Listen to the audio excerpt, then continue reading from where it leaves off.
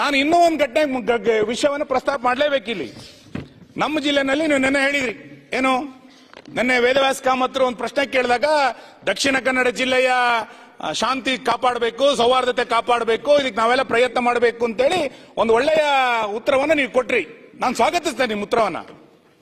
ಆ ಘಟನೆ ಹಿಂದೆ 2 ಮರ್ಡರ್ಗಳಾದಂತಹ ಘಟನೆಯ ಸಂದರ್ಭದಲ್ಲಿ ನಾವೆಲ್ಲ ಶಾಸಕರು ಇಲ್ಲಿದ್ದೀವಿ.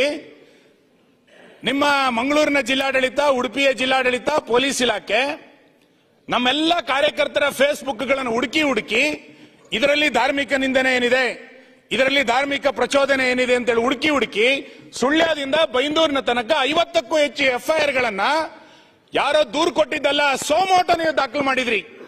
ಸೋಮೋಟ FIR ಹಾಕಿದ್ರಿ. ಏನಕ್ಕೆ ಹಾಕಿದ್ರಿ? ನನ್ನ ಕ್ಷೇತ್ರದ ಒಬ್ಬ ಕಾರ್ಯಕರ್ತ ರಾಮಾಯಣದ ಬಗ್ಗೆ ಏನೋ ಒಂದು ಪೋಸ್ಟ್ ಹಾಕಿದ ಅಂತಂದಾಗ ಬೆಳಿಗ್ಗೆ 6 ಗಂಟೆ ಕರ್ಕೊಂಡ್ಬಂದು ಅವನ್ನ ಕರ್ಕೊಂಡೋಗಿ ಅರೆಸ್ಟ್ ಮಾಡಿದ್ರಿ ನೀವು. ಅದ್ರಲ್ಲಿ ಏನಿದೆ ಅಂತ ಕೇಳಿದ್ರೆ ಅಲ್ಲಿ ಧಾರ್ಮಿಕ ಪ್ರಚೋದನೆ ಇದೆ ಅಂತ ಹೇಳಿದ್ರಿ. ನಾವು ಯಾರು ಕೂಡ ಅದಕ್ಕೆ ಪ್ರತಿಭಟನೆ ಮಾಡಲಿಲ್ಲ. ಆಯ್ತು, ಅದಕ್ಕೇನೋ ಅನ್ಸುತ್ತೆ ಅಂತ.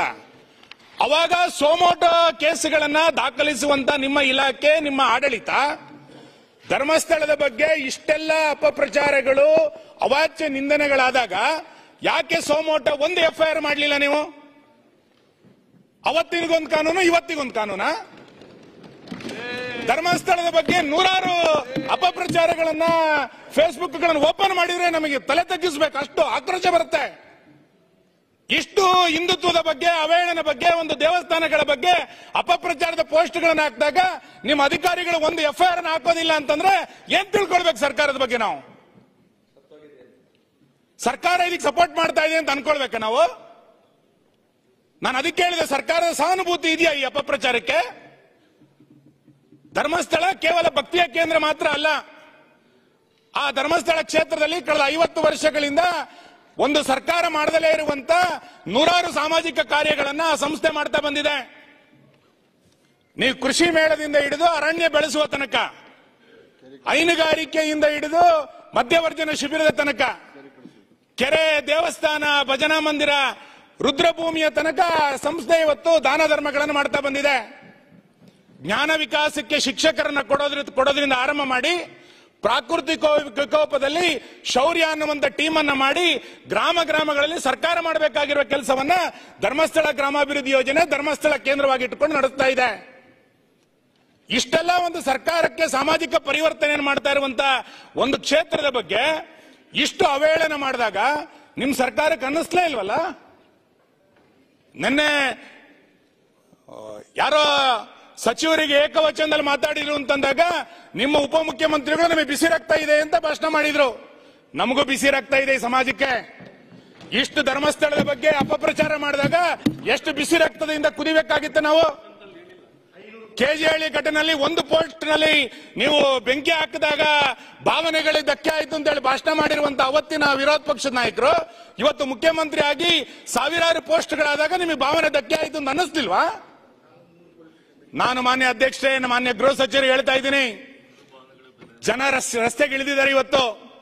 ಎಲ್ಲಿಯ ತನಕ 13 ಗುಂಡಿ 14 ಗುಂಡಿ ಬಿಡಿ, ಧರ್ಮಸ್ಥಳದ ಒಳಗಿರುವಂತ ಬಾಹುಬಲಿ ಬೆಟ್ಟದ ಬುಡಕ್ಕೆ ಕೈ ಹಾಕಿದ್ರಿ ನೀವು. ಬಾಹುಬಲಿ ಬುಡಕ್ಕೆ ಕೈ ಹಾಕಿರುವಂತ ನಿಮಗೆ ಸರ್ಕಾರದ ಬುಡಕ್ಕೂ ಕೂಡ ಬರುತ್ತೆ ಅನ್ನೋ ನೆನಪಿರ್ಲಿ. ಸರ್ಕಾರದ ಬುಡಕ್ಕೂ ಬರುತ್ತಿದ್ದು ಅಷ್ಟು ಸುಲಭವಾಗಿ ತಪ್ಪಿಸ್ಕೊಳ್ಳಿಕ್ ಆಗಲ್ಲ ನೀವು. ನಮಗೆ ಬಹಳ ಆಶ್ಚರ್ಯ, ಪತ್ರಿಕೆಗಳಲ್ಲಿ ವರದಿ ಆಗ್ತಾ ಇರುವಂತದ್ದು, ನಮ್ಮ ಜಿಲ್ಲೆನಲ್ಲೇ ಸರ್ಕಾರಿ ಕೆಲಸವನ್ನು ಮಾಡಿದಂತ ಒಬ್ಬ ಹಿರಿಯ ಅಧಿಕಾರಿ ಈಗ ನಿಮ್ಮ ಪಾರ್ಟಿನಲ್ಲಿ ಸೇರಿ ಜನಪ್ರತಿನಿಧಿ ಆದ ನಂತರ ಒಂದು ಎಡಚರರು ಉಳಿದಂತವರು ಬೇರೆ ಬೇರೆ ಹೆಸರಿನಲ್ಲಿ ಸಂಘ ಸಂಸ್ಥೆಗಳನ್ನ ಕಟ್ಟಿಕೊಂಡು ಇದ್ರ ಬಹಳ ದೊಡ್ಡ ಪ್ರಮಾಣದಲ್ಲಿ ಈ ಷಡ್ಯಂತ್ರವನ್ನು ನಡೆಸಿದ್ದಾರೆ ಅಂತೇಳಿ ಪತ್ರಿಕೆಗಳಲ್ಲಿ ವರದಿಯಾಗಿದೆ. ನಮಗೆ ಬಹಳ ಆಶ್ಚರ್ಯ ಆಗೋದು, ಆಯ್ತಪ್ಪ ಅಲ್ಲಿರುವಂತ ಯಾರೋ ಯುವಕರು ಇದಕ್ಕೆ ಮಾಡ್ತಿದ್ದಾರೆ, ಆಯ್ತು ಮಾಡಿ. ಧರ್ಮಸ್ಥಳದಲ್ಲಿ ಉಜಿರೆನಲ್ಲಿ ಯಾವುದೋ ಇದನ್ನ ಪ್ರತಿರೋಧವನ್ನ ಅಲ್ಲಿ ಸ್ಥಳೀಯರು ವ್ಯಕ್ತ ಮಾಡಿದಾಗ SDP ಏನ್ ಸಂಬಂಧ ಸ್ವಾಮಿ? SDP ಯಾಕೆ ಪ್ರತಿಭಟನೆ ಮಾಡ್ಬೇಕು? ಅದಕ್ಕೆ ಧರ್ಮಸ್ಥಳಕ್ಕೂ SDPಗೂ ಏನ್ ಸಂಬಂಧ? ಧರ್ಮಸ್ಥಳದಲ್ಲಿ ಯಾವುದೋ ಘಟನೆಗಳಾದಾಗ SDP ಪ್ರತಿಭಟನೆ ಮಾಡ್ತಾರೆ ಅಂತಂದ್ರೆ ಇದರಿಂದ ಯಾರ್ಯಾರಿದ್ದಾರೆ ಅಂತ ಹೇಳ್ಬೇಕಲ್ಲ ನೀವು. ಇದರಿಂದ ನಡೀತಾ ಇರುವಂತ ಹುನ್ನಾರ ಏನು ಅನ್ನೋದು ನೀವು ಸ್ಪಷ್ಟ ಮಾಡ್ಬೇಕಲ್ಲ. ಎಲ್ಲಿಯ ತನಕದ ಆಕ್ರೋಶವಾದಂತ ಮಾತುಗಳನ್ನ ಆಡಿದ್ರೂ ಕೂಡ ಈ ಸರ್ಕಾರ ಕಣ್ಣು ಮುಚ್ಚಿ ಕುಳಿತುಕೊಳ್ಳುತ್ತೆ ಅಂತಂದ್ರೆ, ಅಲ್ಲಿರುವಂತ ಒಬ್ರು ಹೇಳ್ತಾರೆ, ಧರ್ಮಸ್ಥಳಕ್ಕೆ ನಾವು ಜೆಸಿಬಿಯನ್ನು ನುಗ್ಗಿಸ್ತೇವೆ, ಧರ್ಮಸ್ಥಳಕ್ಕೆ ನುಗ್ಗುತ್ತವೆ ಅನ್ನುವಂತ ಹೇಳಿಕೆಗಳನ್ನ ಕೊಟ್ಟಾಗ್ಲೂ ಕೂಡ ನಿಮ್ ಸರ್ಕಾರ ಮಾತಾಡೋದಿಲ್ಲ. ಯಾಕೆ? ಯಾರು ಬೇಕಾದ್ರೂ ಧರ್ಮಸ್ಥಳಕ್ಕೆ ನುಗ್ಗಬಹುದು, ಜೆಸಿಬಿ ಹಾಕಬಹುದು ಅಂತ ಅನ್ಕೊಂಡಿದ್ದೀರಾ? ಸಮಾಜ ರಸ್ತೆಗಿಳಿದಿದೆ ಇವತ್ತು. ಧರ್ಮಸ್ಥಳದ ಬಗ್ಗೆ ಮಾತಾಡಬೇಡಿ ಅಂತ ನಾವು ರಿಕ್ವೆಸ್ಟ್ ಮಾಡ್ತಾ ಇರೋದು. ಅಪಪ್ರಚಾರಗಳನ್ನು ಮಾಡೋರನ್ನ ಕಂಟ್ರೋಲ್ ಮಾಡಿ ಅಂತ ನಾನು ವಿನಂತಿ ಮಾಡ್ತಾ ಇದ್ದೇನೆ. ಮಾನ್ಯ ಗೃಹ ಸಚಿವರು ಮೊನ್ನೆ ಹೇಳಿದ್ರು, SITಯ ತನಿಖೆನಲ್ಲಿ ನಾವು ಮಧ್ಯಪ್ರವೇಶ ಮಾಡೋದಿಲ್ಲ ಅಂತ. ನಾವು ತನಿಖೆನಲ್ಲಿ ಮಧ್ಯಪ್ರವೇಶ ಮಾಡಿ ನಾವು ಹೇಳಲೇ ಇಲ್ಲ. ತನಿಖೆ ಹಿಂಗೆ ಆಗಬೇಕು ಅಂತೇಳಿ ನಾವು ಕೂಡ ಆಗ್ರಹ ಮಾಡ್ತಾ ಇಲ್ಲ. ಆದ್ರೆ ಅಪಪ್ರಚಾರದ ಬಗ್ಗೆ ನಿಮ್ಮ ಸರ್ಕಾರದ ನಿಲುವೇನು? ನಿಮ್ಮ ಇಲಾಖೆ ಯಾಕೆ ಅಪಪ್ರಚಾರದ ಬಗ್ಗೆ ಇವತ್ತು ತಲೆ ಕೆಡಿಸ್ಕೊಳ್ತಾ ಇಲ್ಲ? ನೀವು ಅಪಪ್ರಚಾರದ ಬಗ್ಗೆ ಕಳೆದ 15 ದಿನಗಳಿಂದ ಅಥವಾ ಕಳೆದ 1.5-2 ತಿಂಗಳಿಂದ ಇಷ್ಟು ದೊಡ್ಡ ಪ್ರಮಾಣದ ಅಪಪ್ರಚಾರಗಳು ನಡೆದರೂ ಕೂಡ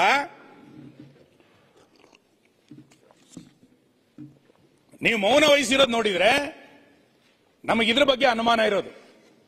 ಸರ್ಕಾರ ಏನ್ ಪಿತೂರಿ ಮಾಡ್ಲಿಕ್ಕೆ ಹೊರಟಿದೆ? ಯಾರ್ಯಾರ ಜೊತೆ ಸೇರ್ಕೊಂಡು ಸರ್ಕಾರ ಪಿತೂರಿಯನ್ನು ಮಾಡ್ತಾ ಇದ್ದೀರಿ? ಹಿಂದೂ ಧಾರ್ಮಿಕ ಸಂಸ್ಥೆಗಳನ್ನ ಹೇಗ್ ಬೇಕಾದ್ರೂ ನಡೆಸ್ಕೊಂಡು ಸುಮ್ಮನಿರುತ್ತೆ ಅಂತೇಳಿ ನಿಮ್ ಮನಸ್ಸಿಗೆ ಬಂದ್ಬಿಟ್ಟಿದ್ಯಾ? ಒಂದು ಪುಣ್ಯಕ್ಷೇತ್ರದ ಬಗ್ಗೆ, ನಮ್ಮ ನಾಡಿನ ಒಂದು ಪ್ರಸಿದ್ಧ ಪುಣ್ಯಕ್ಷೇತ್ರದ ಬಗ್ಗೆ ಇಷ್ಟೆಲ್ಲ ಅಪಪ್ರಚಾರಗಳು ಮಾಡಿದಾಗ್ಲೂ ಸುಮ್ಮನೆ ಹೆಂಗಾಗತ್ತೆ? ಮತ್ತೆ ಷಡ್ಯಂತ್ರ ಹೆಂಗಾಗಿದೆ ಅನ್ನೋದಕ್ಕೆ ನಾನಾಗ್ಲೇ ಹೇಳಿದ್ನಲ್ಲ, SDPನವರು ಪ್ರತಿಭಟನೆಗೆ ಇಳಿತಾರೆ. ಇನ್ಯಾವುದೋ ದುಬೈನಲ್ಲಿರುವಂತಹ ಒಂದು ಚಾನಲ್ ಇದ್ರ ಬಗ್ಗೆ ಪ್ರಚಾರ ಮಾಡುತ್ತೆ, ಅಲ್ ಜಜೀರಾ ಚಾನಲ್ ಒಂದು ಪ್ರಚಾರ ಮಾಡುತ್ತೆ. ಅಲ್ಲೇನೋ ಹೆಣ್ಣು ಮಕ್ಕಳದು 100 ಹೆಣಗಳನ್ನ ಊತಿಟ್ಬಿಟ್ಟಿದ್ದಾರೆ ಅಂತೇಳಿ ಅವ್ರಿಗೇನ್ ಸಂಬಂಧ ಧರ್ಮಸ್ಥಳದ್ದು? ಕೇರಳದವರು ನಾವು ತನಿಖೆ ಮಾಡಬೇಕು ಅಂತೇಳಿ ಕೇರಳದವರಿಗೆ ಅನ್ಸುತ್ತೆ. ಏನ್ ನಡೆಸಿದ್ರಿ ಮಾನ್ಯ ಅಧ್ಯಕ್ಷರೇ? BBCನವರು ನಿನ್ನೆ ಇನ್ನೊಂದು ಯಾವುದೋ ಹೊರದೇಶದ ಚಾನಲ್ ಇದ್ರಲ್ಲಿ ಬಹಳ ದೊಡ್ಡ ಸುದ್ದಿ ಪ್ರಕಟ ಆಯಿತು ಅಂತೇಳಿ ಹೇಳಲಿಕ್ಕೆ ಶುರು ಮಾಡಿದ್ದಾರೆ. ನೀವು ಇದರ ಮೂಲ ಏನು ಅನ್ನೋದನ್ನ SIT ಹುಡುಕ್ಬೇಕಲ್ಲ. ಬರೀ ಗುಂಡಿ ಹುಡುಕಿದ್ ಮಾತ್ರ ಅಲ್ಲ, ಇದರ ಹಿಂದೆ ಯಾರ್ಯಾರು ಸಾಕ್ಷಿಗಳು ಅಂತ ಹೇಳ್ತಾ ಇದ್ರಲ್ಲ, ಬಹಳ ಜನ ನಮಗೆ ಸಾಕ್ಷಿ ಇದೆ ಅಂತ ಹೇಳಿದಾರಲ್ಲ, ಆ ಎಲ್ಲ ಸಾಕ್ಷಿದಾರರನ್ನ SIT ತನಿಖೆ ಮಾಡಬೇಕು. ಇದರ ಮೂಲ ಏನು ಅನ್ನೋದನ್ನ ತನಿಖೆ ಮಾಡಬೇಕು. ಮಾನ್ಯ ಗೃಹ ಸಚಿವರೇ, ನೀವು ಬಹಳ ಸಜ್ಜನರಾಗಿ ನನಗೇನೋ ಗೊತ್ತಿಲ್ಲ ಅಂತ ಮೌನ ವಹಿಸಿದ್ರೆ, ನಾಳೆ ಬೆಳಿಗ್ಗೆ ಆ ಮುಸುಕುದಾರಿಯನ್ನ ನಿಮ್ಗೆ ಇನ್ಯಾರೋ ಒತ್ತಡ ಮಾಡಿ ನಿಮ್ಮ ಗೃಹ ಇಲಾಖೆಗೆ ಸಲಹೆಗಾರನ ಮಾಡಿಬಿಡ್ತಾರೆ. ಎಚ್ಚರಿಕೆ ತಗೊಳ್ಳಿ, ಅಂತ ಪರಿಸ್ಥಿತಿ ಇದೆ ಇವತ್ತು. ಹಂಗಾಗಿ ನೀವು ಬಹಳ ಎಚ್ಚರಿಕೆಯಿಂದ, ನನಗೆ DK ಶಿವಕುಮಾರ್ ಇದ್ದಾಗ ಸ್ವಲ್ಪ ಧೈರ್ಯ ಇತ್ತು. ಏನು ಅಂತ ಕೇಳಿದ್ರೆ, ಧರ್ಮಸ್ಥಳಕ್ಕೆ ಬಂದಾಗ ಅವ್ರು ಹೇಳಿಕೆ ಕೊಟ್ಟಿದ್ರು, ಧರ್ಮಸ್ಥಳದ ಬಗ್ಗೆ 100 DK ಶಿವಕುಮಾರ್ ಇದ್ದಾರೆ ಅಂತ ಹೇಳಿಕೆ ಕೊಟ್ಟಿದ್ರು. ನಮಗೊಂದು ವಿಶ್ವಾಸ, ಹೌದಪ್ಪ ನಮಗೊಬ್ಬ ಭಕ್ತ ಇದ್ದಾರೆ ಇಲ್ಲಿ, ಧರ್ಮಸ್ಥಳಕ್ಕೆ ಏನಾರು ಆದ್ರೆ ನೋಡ್ತೀನಿ ಅಂತ. ಆ 100 DK ಶಿವಕುಮಾರ್, ಆ ಬಿಸಿ ರಕ್ತದ DK ಶಿವಕುಮಾರ್ ಎಲ್ಲೋದ್ರು? ಮಾತಾಡ್ಬೇಕಿತ್ತಲ್ಲ. SIT ರಚನೆ ಆಗ್ಬೇಕಾರೆ ಆಯ್ತಪ್ಪ, ನಾಳೆ ಇನ್ನೊಂದು ಯಾರೋ ಬಂದು ಇಲ್ಲೊಂದು ಹೆಣ ಊತಿದೀವಿ ಅಂತ ಇನ್ನೊಂದು SIT ಮಾಡ್ತೀರೇನು?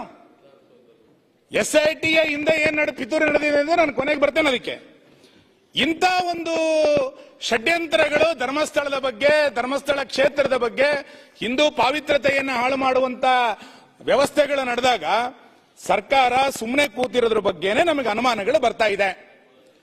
ನಿಮಗೆ ಹುಲಿ ಉಗುರು ಹುಡುಕ್ಲಿಕ್ಕೆ ಬಹಳ ಆಸಕ್ತಿ. ಹುಲಿ ಉಗುರು ಹುಡ್ಕೊಂಡು ಯಾರ್ಯಾರ್ದೋ ಮನೆಗೆ ಹೋದ್ರಿ ನೀವು, ಹುಲಿ ಉಗುರು ಹುಡ್ಕೊಂಡು ಸರ್ಕಾರದ ಪೊಲೀಸ್ ಇಲಾಖೆ ಇಟ್ಕೊಂಡು ಗುಂಡಿ ತೋಡೋದ್ರ ಬಗ್ಗೆ ಬಹಳ ಆಸಕ್ತಿ. ಡ್ರಗ್ಸ್ ಫ್ಯಾಕ್ಟರಿ ಮೈಸೂರಲ್ಲಿ ಸಿಕ್ಕಿಬಿದ್ದಾಗ್ಲೂ ಕೂಡ ನಿಮ್ಮ ಇಲಾಖೆಗೆ ಅನ್ನಿಸ್ಲಿಲ್ಲ. ಫೇಸ್ಬುಕ್ ಅಲ್ಲಿ 100 ಜನ ಅಪಪ್ರಚಾರ ಮಾಡಿದಾಗ್ಲೂ ಕೂಡ ಸರ್ಕಾರಕ್ಕೇನು ಅನ್ಸೋದಿಲ್ಲ.